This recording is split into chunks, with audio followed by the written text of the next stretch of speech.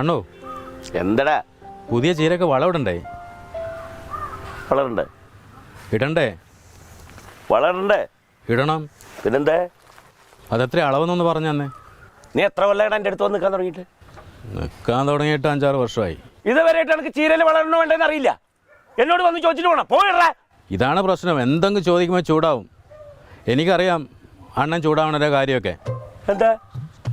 കല്യാണം കഴിയാത്ത പ്രശ്നമല്ലേ? ഞാൻ കല്യാണം കഴിക്കാത്തതിന് നിങ്ങളോടെന്തിനാ ഞാൻ ചൂടാവണ്?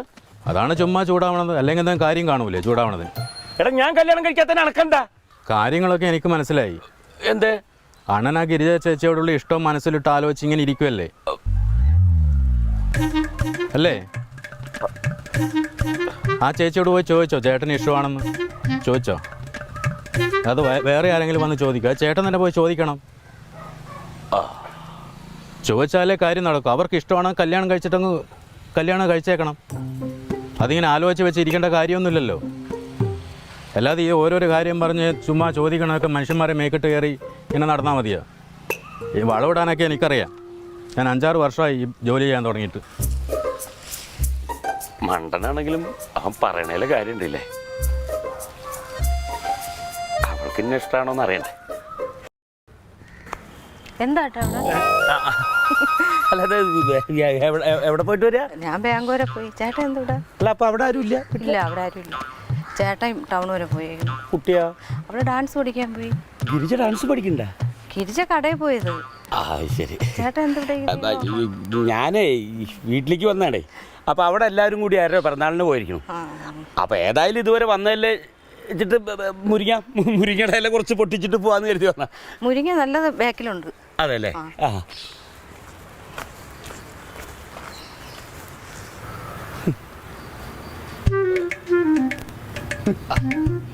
അല്ല ക്ലീറ്റ, നീ പിറന്നാളിന് പോയില്ലേ? എനിക്കൊരു മീറ്റിംഗ് ഉണ്ടായിരുന്നു പാർട്ടിയുടെ. അതെ. അമ്മ എന്താ ഇവിടെ? അല്ല ഞാന് ഏതായാലും ഇവിടെ വന്നതാണല്ലോ. അപ്പൊ നിന്റെ കൂട്ടുകാരൻ്റെ മൊയ്തുകുട്ടി അവന് കൊളസ്ട്രോൾ കൂടുതലാന്ന് പറഞ്ഞപ്പോ കുറച്ച് മുരിങ്ങടല പൊട്ടിച്ചു കൊണ്ടുപോകാന്ന് കരുതിയിട്ട്. കൊളസ്ട്രോളിന് ഇതല്ല, നല്ല മുരിങ്ങയില തേണ്ട അവിടെ നിപ്പുണ്ട് ആ സൈഡില്. അതെ, ഞാൻ അതിൽ നിന്ന് കുറച്ച് എടുത്തു തരാമെങ്കിൽ ഞാൻ എടുത്തു തരാം. അമ്മ അത് ഇത് എടുത്തോ, അതും കൂടെ എടുത്തു തരാം. അല്ലടാ ഞാൻ ഇതൊന്ന് പൊട്ടിച്ചപ്പോ